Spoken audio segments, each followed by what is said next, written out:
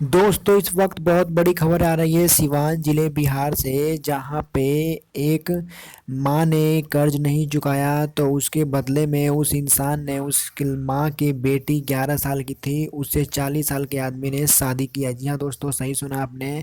उस लड़की की माँ ने 5 से 7 लाख रुपए कर्ज लिया था उधार, जो कि उसकी माँ ने नहीं चुकाया। इसी बदले में उस 40 साल के आदमी ने 11 साल की लड़की से शादी किया।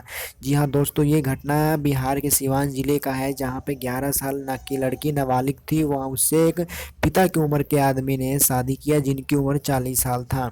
अब वो गिरफ्तार हो चुका है क्योंकि वो नाबालिग से शादी किया था। दोस्तों आप क्या कहना चाहेंगे, प्लीज़ हमें कमेंट करके ज़रूर बताएं। ऐसे लोगों पे सख्त से सख्त कार्रवाई होनी चाहिए। जिस उम्र की लड़की उनकी बेटी की उम्र है, उस बेटी की उम्र से उसने शादी किया। आप क्या कहना चाहेंगे, प्लीज़ हमें कमेंट करके ज़रूर बताएं। अगर वीडियो अच्छी लगी हो तो लाइक कीजिएगा, चैनल को सब्सक्राइब कीजिएगा। Thank you.